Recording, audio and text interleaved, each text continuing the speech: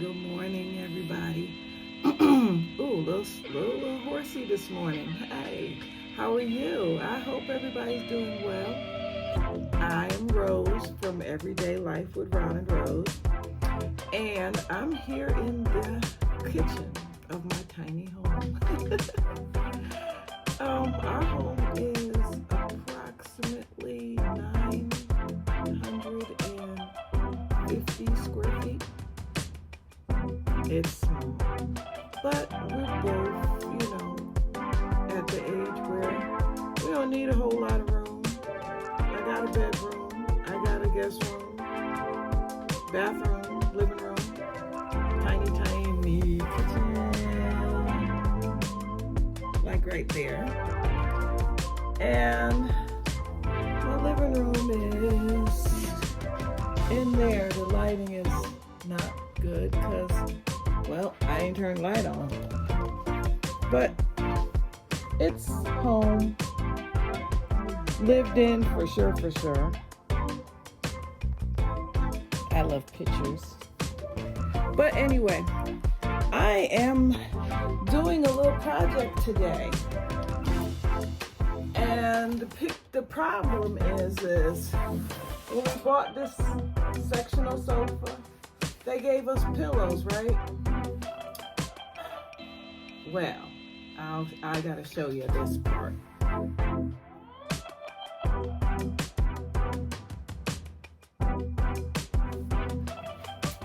In the process of giving us these lovely, scratchy pillows, but they were pretty nice. I mean, at first when we got them, we liked them and blah, blah, blah. But check this out. Phil, they ain't bother to put it in, this is not like a cheap sofa. And they didn't even bother to put the fill in a liner. So, I am going to make 3 liners for these 3 pillows. First thing I have to do is measure the pillow and squish it down as much as you can. Looks like it is 24 by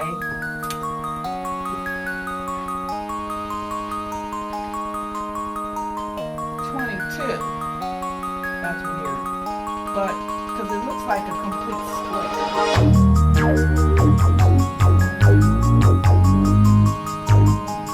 Supposed to be a complete square, but I would imagine that they included the zipper, and that's why it's not on that side. But for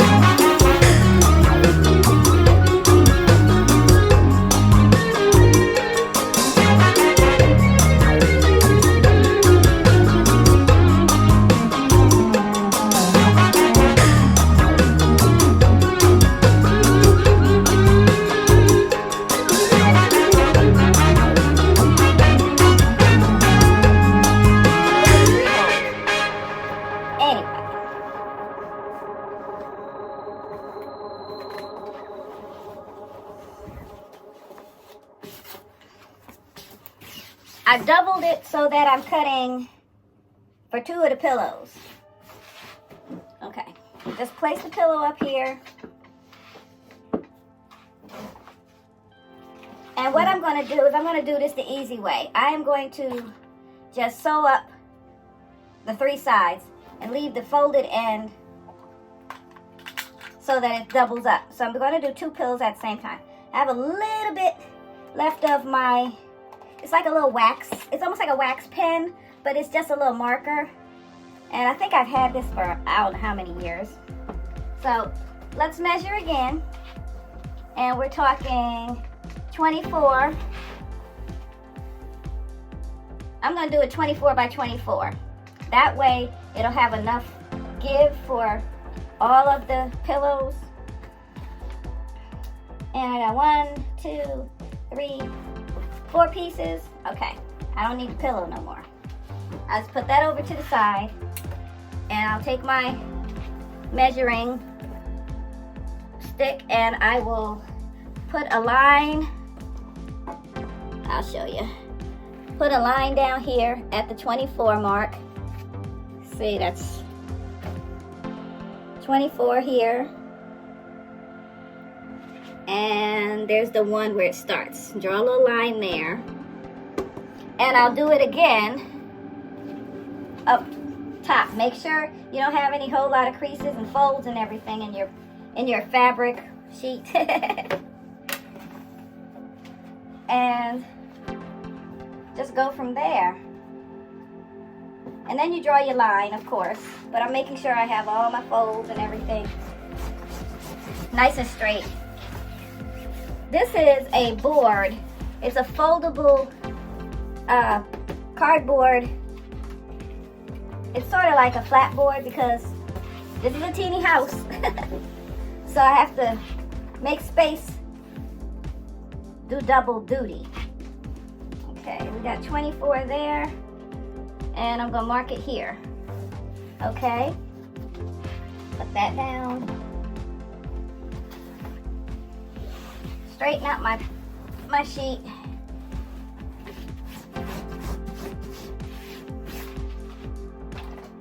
And this little marker crayon, it washes out when you wash. So what I'm going to do is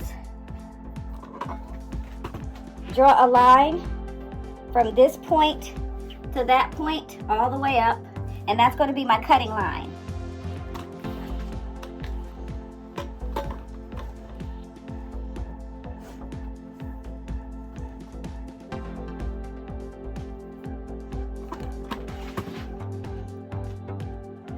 That's my cutting line right there. And I'm going to cut one across, and that will be the circumference of the pillow. Just go all the way across there as well.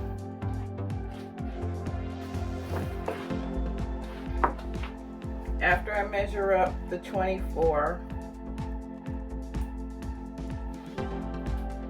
on that side,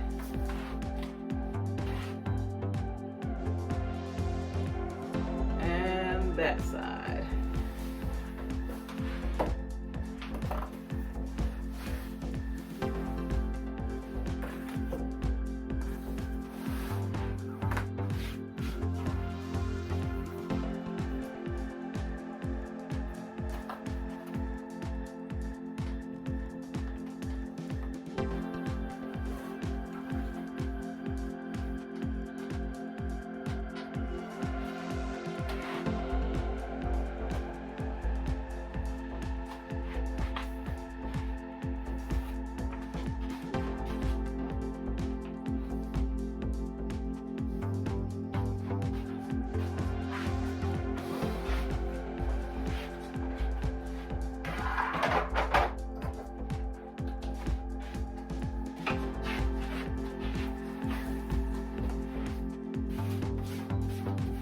I put my scissors down somewhere.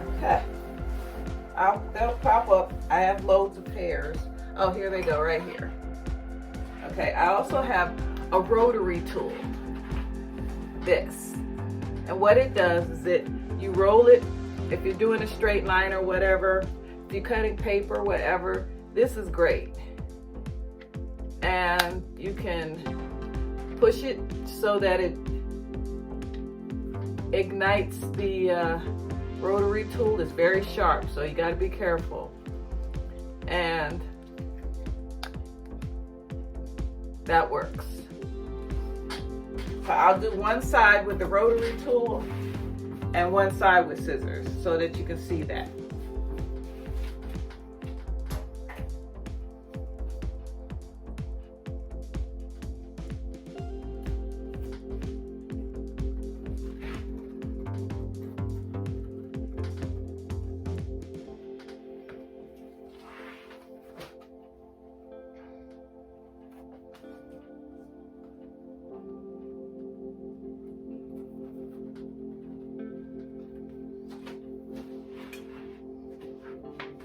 See?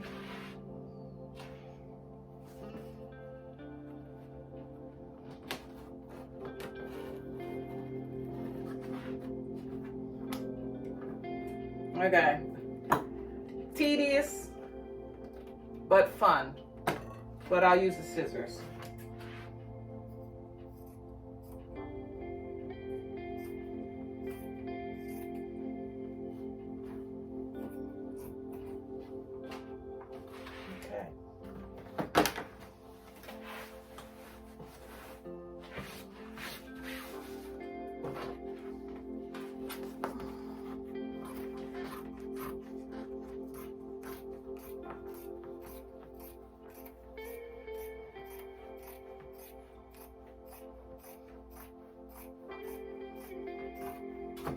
Okay. Basically, that's 2 pillow covers already. Now I just have to do that third one because I have 3 of those white pillows.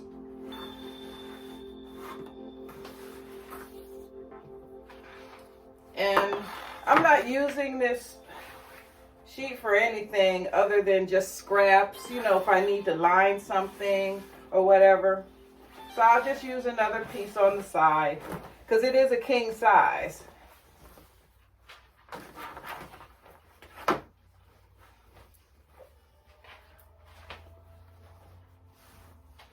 Sheets they have a lot of multi-functional uses. I have used them as curtains. I have used them as, like, I had pillows and it wasn't fluffy enough, so I put 2 pillows together and I combined them. It's just, you know, for accent pillows, liners. You can even use them as if you paint, you can use a pillow cover or a sheet to make a canvas. For those who like to paint, and canvases cost a lot, go to Home Depot, Lowe's, or whatever. Get the little wood. It is the wood that they sell, the little craft pieces. That's done. All my pieces are cut out for my 3 pillows, and I'm going to go get my sewing machine now.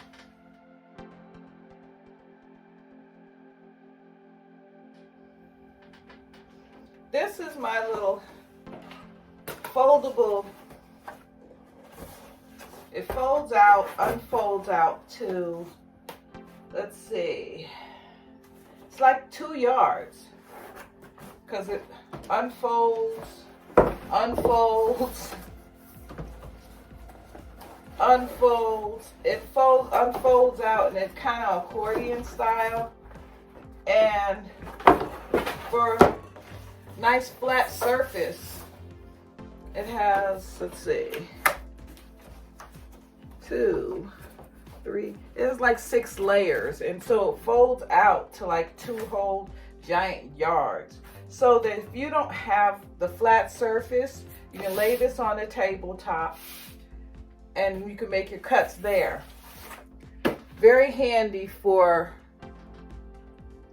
tabletop use, especially if you are, you don't want to get down on the floor or you don't have a giant flat surface to use.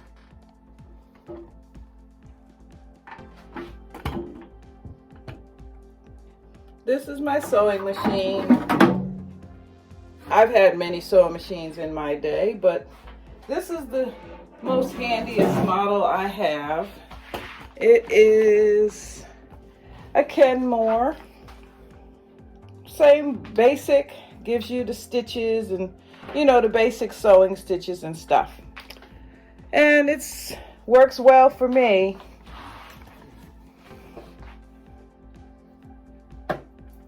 That's my sewing machine. I just had to plug it in, so y'all just need to excuse me just for a second, but I did.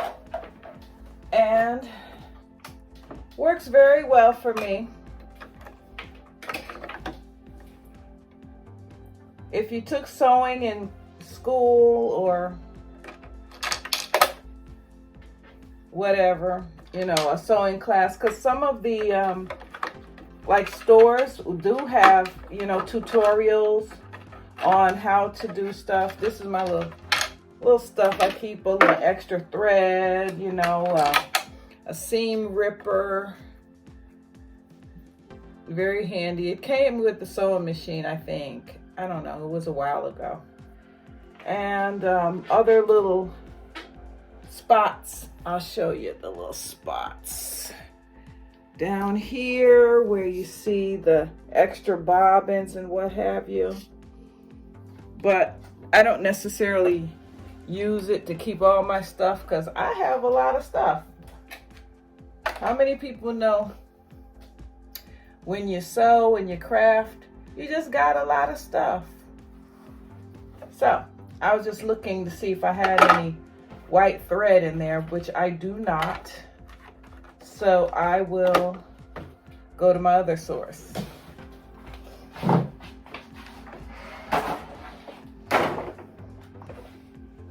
This is my other source. Threads and everything all over the place. But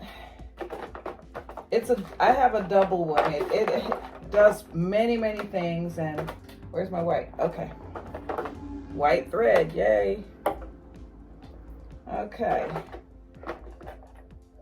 Find some more bobbins. I have pins here as well. I don't need the tape. I see I have another pair of scissors.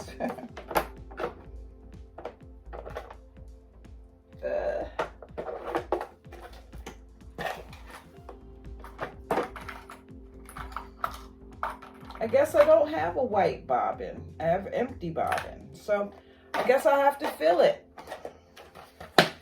It's not hard to fill a bobbin. I guess I learned how to sew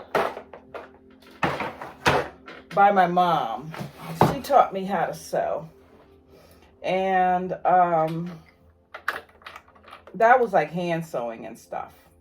Then when I got to school, I think it was I made my first little skirt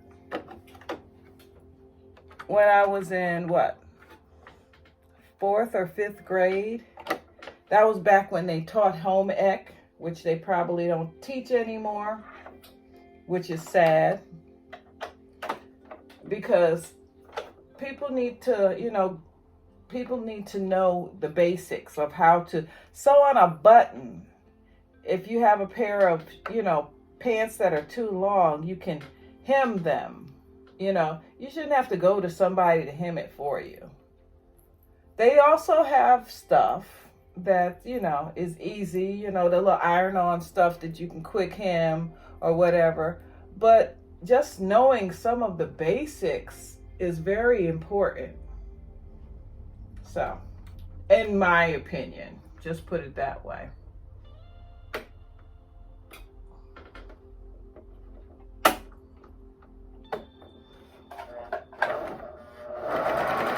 So anyway, while I'm winding this bobbin, because you need a source down here and up here in order for it to get in there and do its thing. It has to, be able to intertwine the threads so that you can get your stitches to stay. Otherwise, it's a waste of time. You can always do it by hand with a needle and thread. It's a little bit easier. Okay, bobbin is threaded.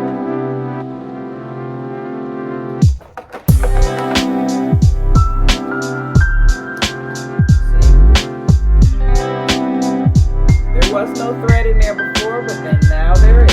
So now I can use this bobbin because I didn't have any thread in there before, but I can use it now.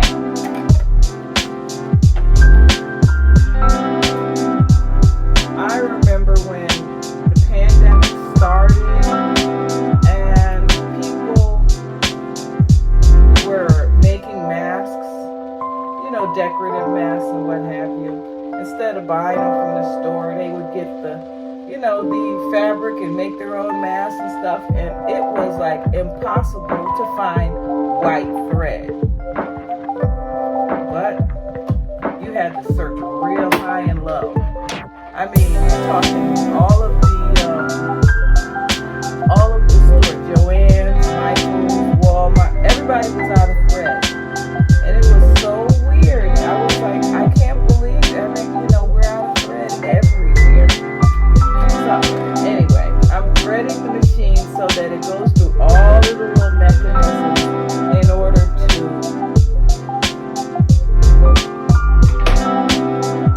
so the stitches can intertwine. And that's so small, that little needle, it is tiny. I have a mechanism on this machine that helps me to thread it, but sometimes it's just easier just to feed it through yourself. So what I'm going to do at this point is sew 2 of the sides on each of these pillow covers, and then I'm going to take the stuffing out of those pillows, put it in here, and then stitch it up. It doesn't have to be pretty. It just has to hold the stuffing. So, let's get started.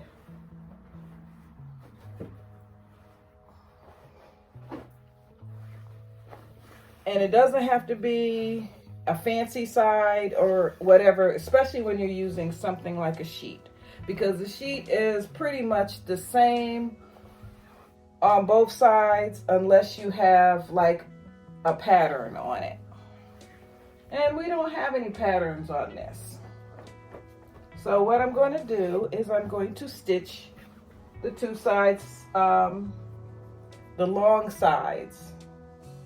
You got the really, really long side, which should be about 48 inches.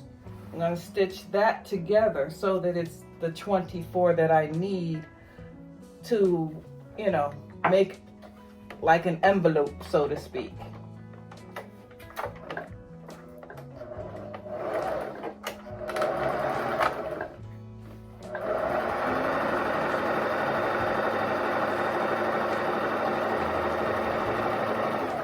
Not like the old school, the foot pedal does most of the work. Sort of like driving.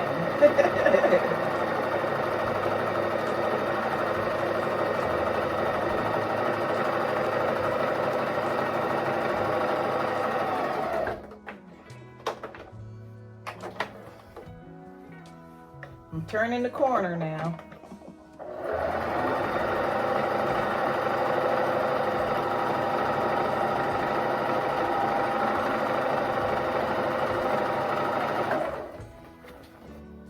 Some people think that sewing is mundane, but you wear clothes every day, right?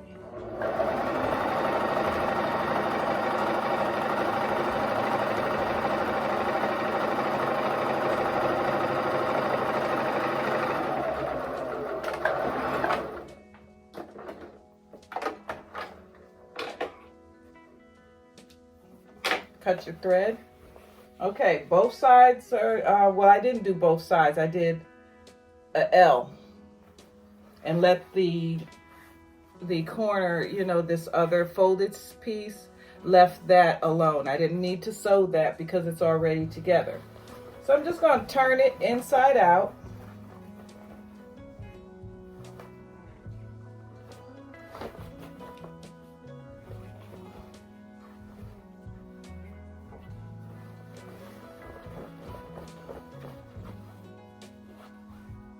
Turn it inside out. And there you go. So let's fill this pillow.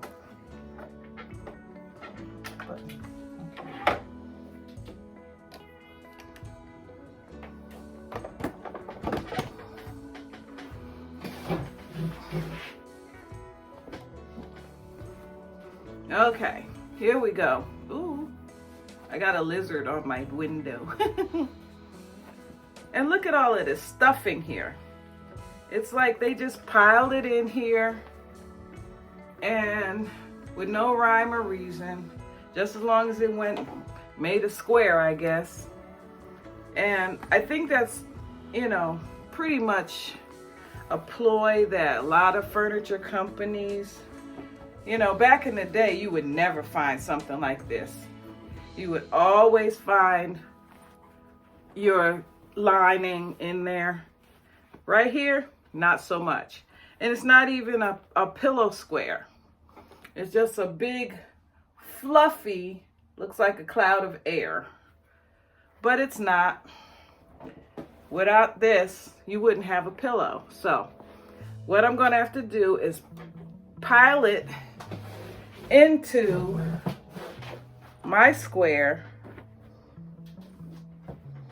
Ooh, I got half of it out. So let's start funneling it in there. Make sure you get your corners. Get it all from point A to point B.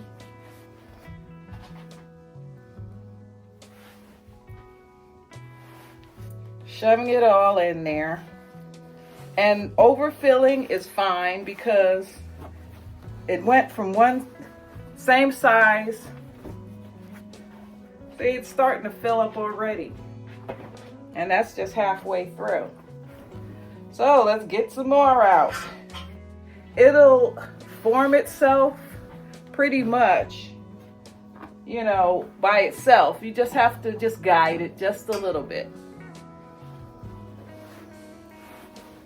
You get the lumps out or whatever. I guess that's why they use such a stiff upholstery fabric to make the pillow so that it wouldn't fall out of shape or whatever, because sometimes it needs to be guided.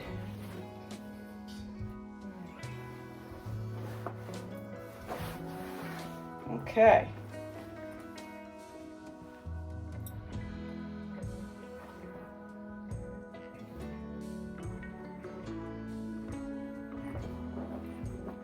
I think she's empty. Oh, just a little teeny weeny fluff. That really is not a big deal. So I'm just gonna take that and put it over there for now. Okay, let's fill this bad boy up and form it in. So that's all you gotta do as far as a pillow is concerned. You can just sew up the sides and fill it, sew up the end. Like I'm gonna sew it like right across here, and then I'm just gonna like keep working it until I have it in a place where it's more of a square. Then I could use the former, this one. I could use the former to cut out, because I'm gonna make some nice pretty pillows soon to come. In order to keep this stuffing in, I have my pins. See these little teeny weenies? And what I'm going to do with that is start from the sewn corner, and I'm going to pin it so that I could sew it up the end, and then I can start to form the pillow. But you got to make sure you sew it, because otherwise you're going to lose all your stuffing. You don't want to lose your stuffing. Thanksgiving stuffing, turkey, yay. Oh, I digress. But it doesn't have to be fancy. It just has to be a good covering. And like I said, the furniture stores, I don't know, check your pillows. See if you got a liner in your pillow. Because I tell you, we got this sofa from Badcock, and it wasn't cheap. It's like $3,000, and that's pretty good amount. But Rose wanted a new sofa, so husband said, okay, I'll buy you a new sofa. So I'm pinning as I go to make sure that I have all of the stuffing enclosed here. Just pinning it so that I can sew it up. I'll turn it around. See all the little pins? I don't know if you can see them. There they go. Just pinning them all the way to the end. And then I could just make just a stitch from one end to the other.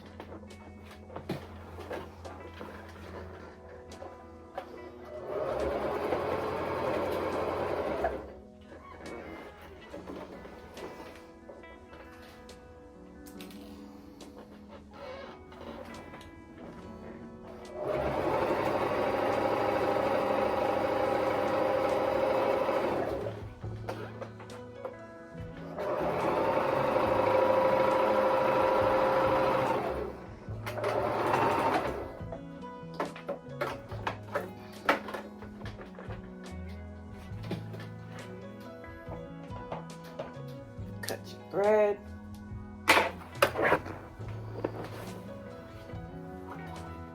Okay. Now, as far as it goes here, I can take my pins out, and of course, because it was so bulky and I was not able to see, oops, I dropped a pin. Don't want to step on that.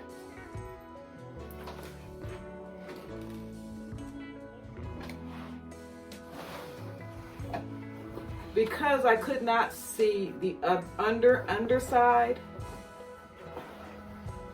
I may need to add, I'm going to need to add another row, because I don't want to have any of this fiber to spill out. So I'm just going to go over it one more time on the other side. Just flipped it over, and I sewed it on this side. Now I'm going to sew it on this side. The trick is getting this large situation underneath this little teeny sewing foot and keeping it under there because it's so fluffy. It's almost like you have to maneuver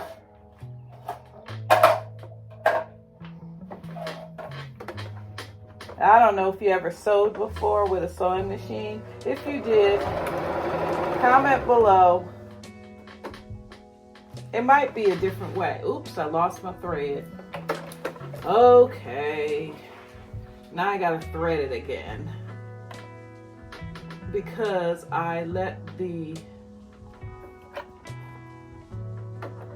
Oh, yep. Sewing machines are pretty basic. As long as you have them threaded properly, and they should work real well. A lot of people don't even want to take out the time. But I think there is a sense of pride in something that you make yourself. Like I said, this needle is a tiny needle. So let's try this again. Because it can't be like having, it got unwound, because they're very small. There we go. Very, very tiny fibers that make up thread in order for it to be strong enough to hold stuff together. So, anyways, here we go. Push it down as much as you can. This time I'm going to pin it way farther away because of the fact that I don't have to do this again. So moving the fibers farther away allows me to go over the same area I sewed before and with being able to gather up enough of the fabric so that it holds the fiber in. So there. Now that's pretty clean there. All I have to do is sew over it again and it won't bunch out and be so bulky that I'm not able to gather up. Right here. I left a little extra so that I have some room to sew it.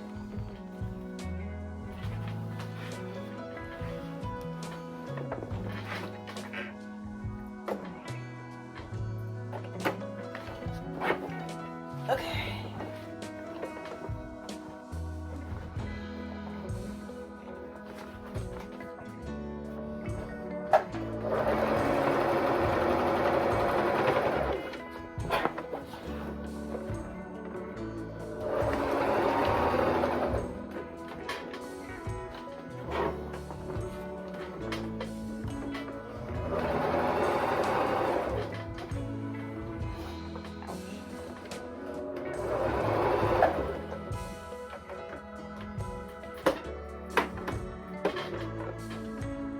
Anytime you get off track a little bit, just pick up the needle and move it over back to where you were going.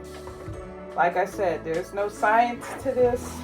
It's just one of those things that, you just have to stay on top of.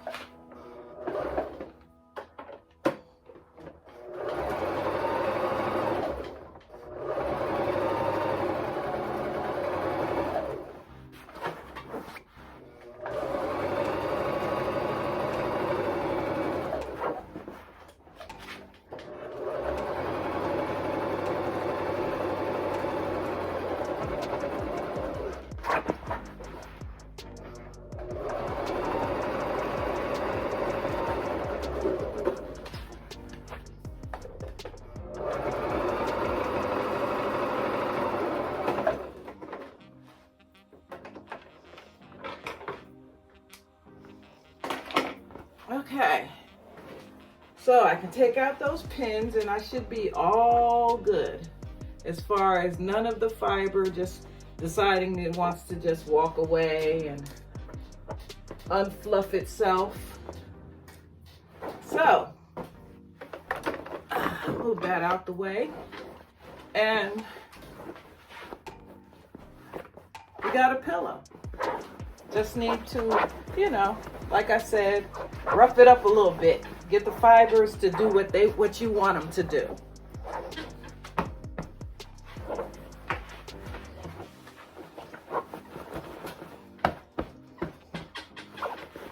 Get them in the corners.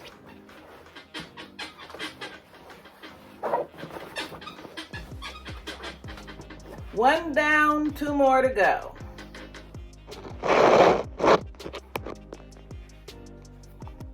It's all fun and games till your phone falls on the floor.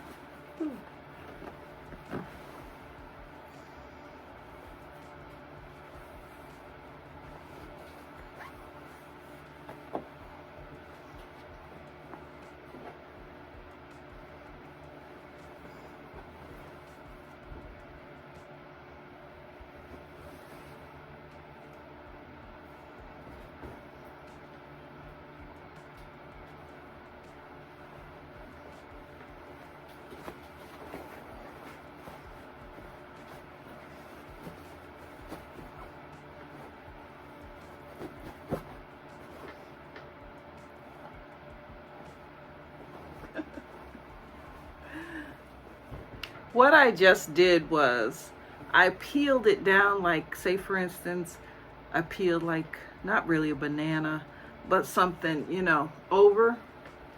And I just kind of like threaded it. I'm going to do it again, and I'm going to explain that. Okay. I unzipped it, and I folded over the pillow cover. Just folded it over like that. I'm going to try to get it down, I don't know, maybe half or a quarter or something the way down. And take my sheeted new thing, bunch it up, like, say for instance I was gonna, like, ruching it up, and I will slap it over here onto the pillow, getting the corners in there. It's my squeaky table. I have to tighten it up a little bit, I would imagine. So anyway, and try to thread it down. So I'm going to flip that over and peel it back. Pulling up my new pillow cover over the fibers, the fiber fill.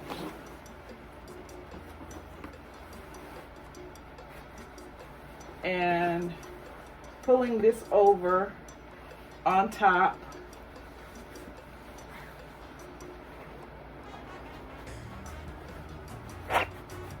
And gently trying to pull the old pillow cover off without losing the fibers.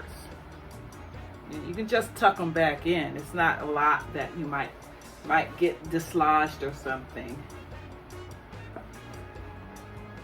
But I think that way worked a lot better. She's empty. Put her on the floor. They gotta get washed. But this method seemed to work pretty well. Again, I just did it on the first one, so I did it on the second one. So now I'm just gonna stitch the tops. Again, I am pushing down the fibers so that I can make myself a substantial amount of sewing area, because I have to sew this closed. So I'm pinning them, giving them a couple of inches so I can sew closer to the edge without being too obstructed by the fiber fill.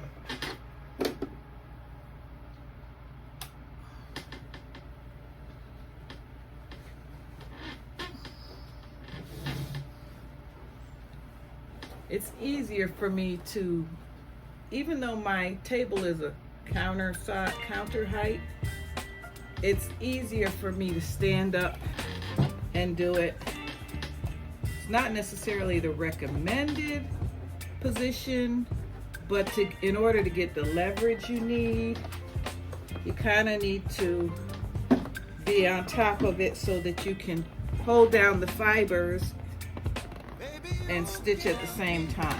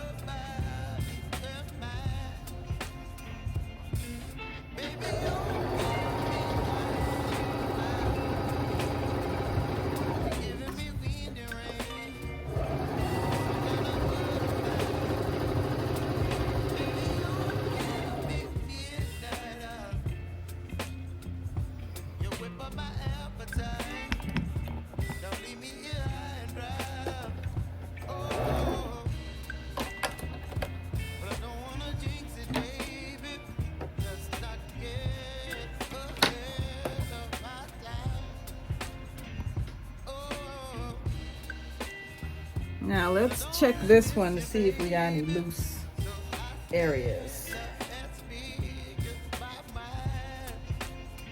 Looks pretty good. So maybe I won't have to do two lines of stitching on this one.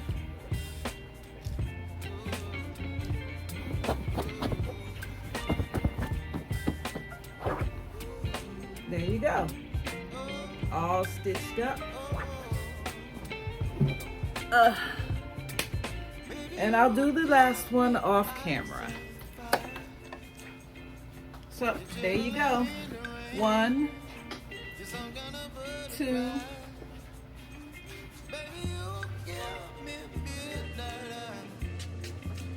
I'm sorry, I had to go get the other one. We got 3 giant pillows that have been lined now. I feel better about this because it didn't make no sense to buy furniture nowadays and they cut corners. They cut so many corners and they didn't even just line the stupid thing. Now it's nice and fluffy, it's lined. Now I don't have to worry about the fact that, you know, the fibers or the filler, once you unzip it, the fiber and the filler is just gonna go rolling out. I like it. Thanks for watching this segment of my pillow issue.